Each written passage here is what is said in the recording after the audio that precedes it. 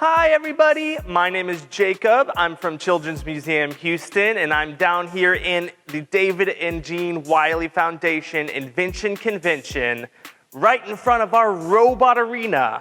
And today we're gonna do an activity where we actually code our family. So this activity is called Code Your Family, and you can do this with your mom, your dad, your brother, your sister, your aunt, your uncle. You can do it with your friends. Really, it's coding anybody. You could even do this by yourself. You can totally just code yourself. So what you'll need is you'll need a piece of cardboard, something that is, it doesn't need to be cardboard. It can be anything, any type of paper that is not flimsy. You don't want just a sheet of paper because that'll be too flimsy. Some paper clips. I have some colorful paper clips for mine. A marker of any color, a dark color is probably best. Tape and popsicle sticks or something like popsicle sticks. So these are about a little bit less than 1 inch by 8 inches. So anything that size, you can cut slips of paper, you can cut cardboard, anything that size will be fine.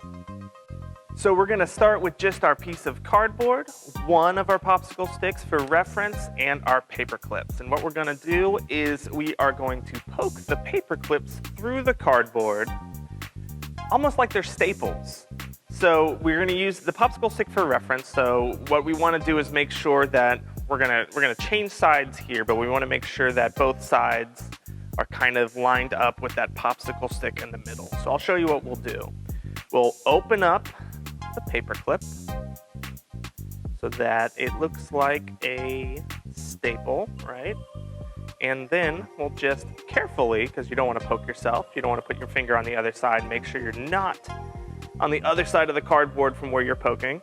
You can just kind of try to push that paper clip through.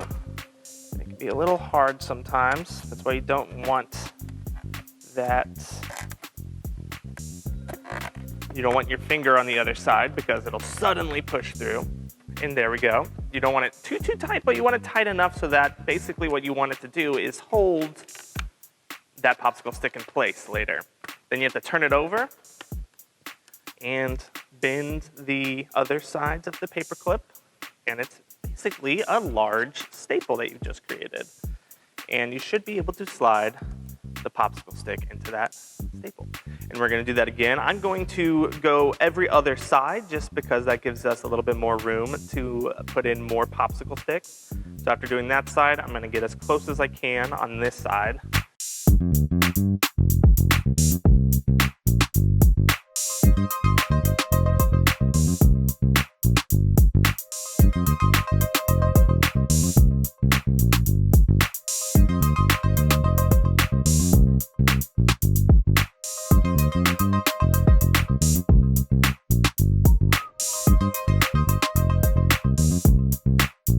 About 1, 2, 3, 4, 5, 6, 7 popsicle sticks, which is enough. You might want to get a longer piece of cardboard and do more so you can make even more complicated code, but this will be enough for playing the game for sure. All right, so the next thing we are going to do is we're going to make our coding sticks. So this is really based off of something called block coding. So if you've ever used scratch coding or anything like it, you might have seen something that is kind of like this before. And basically each one of our sticks, or in block coding, each one of your blocks will represent one line of code. So what I'm gonna start doing is I'm just gonna start writing things that I might wanna code myself or my family or my friends to do. So one thing might be go forward.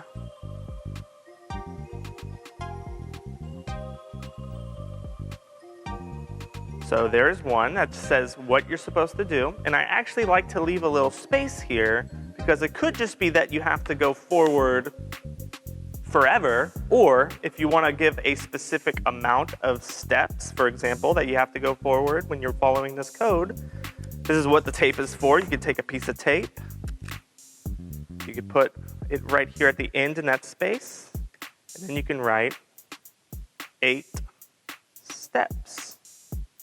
So now I have go forward 8 steps, or just go forward. I have the option.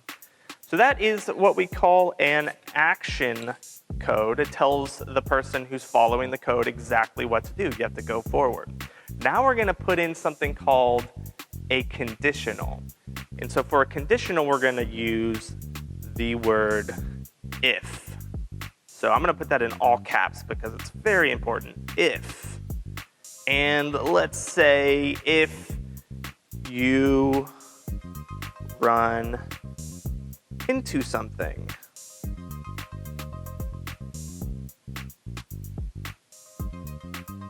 The next part of a conditional is usually prefaced by the word then. So you have if, and then you have then.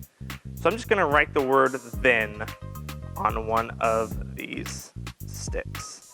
Then. So if you run into something, then, well, if you run into something, we probably don't want to go forward. So something else you can say to do is turn. And you could fill in left here, or you could leave that space blank and use the tape. That's what the tape is for, is if you want to have a turn stick, but you don't want to have multiple turn sticks, you just have the tape say turn left. So now it says go forward. If you run into something, then turn left. If, then. Now what this statement really is saying is if, then, else. So I'm going to put in else. And what that means is if the condition under if is not met, you're still going to do whatever is under else. So really what we're saying here is if you run into something, then turn left, else go forward. So now we have some conditionals in our coding sticks here. I'm going to write a bunch more coding sticks. So here we go. Let's see what else we can think of to write.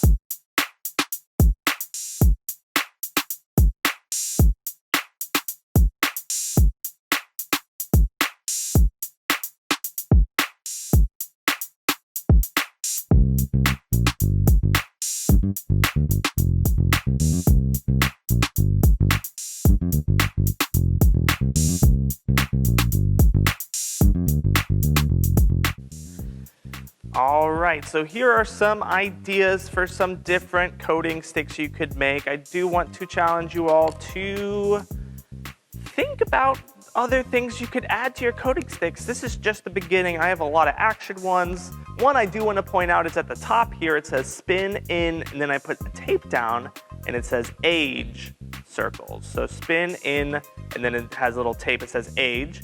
And what that is a variable. So depending on who you give this stick to, if you're coding different people in your family or different friends of yours, everybody's going to do something a little different. So your mom is probably going to have to spin around in way more circles than you would if you had this piece of code. So that's going to be fun. You can think of different variables like that. So that is just another type of code that we have here. So here's the code that I am going to follow, and what it says is if you run into something, then go backwards 2 steps, turn left, else go forward. Then at the very end here we have do the robot. So we'll wait for the very end to do that part, okay? So I'm gonna hold it in front of me and read it as I go. I have not run into anything, so now I start going forward. So now I have to go backwards 2 steps, turn left, else go forward.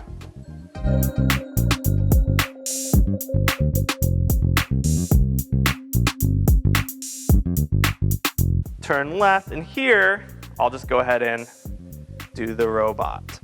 Boop, boop, boop, beep, boop, boop. All right, that's our activity. So I challenge you all at home to make your own coding sticks, your own coding blocks, and to play this game with your friends and family.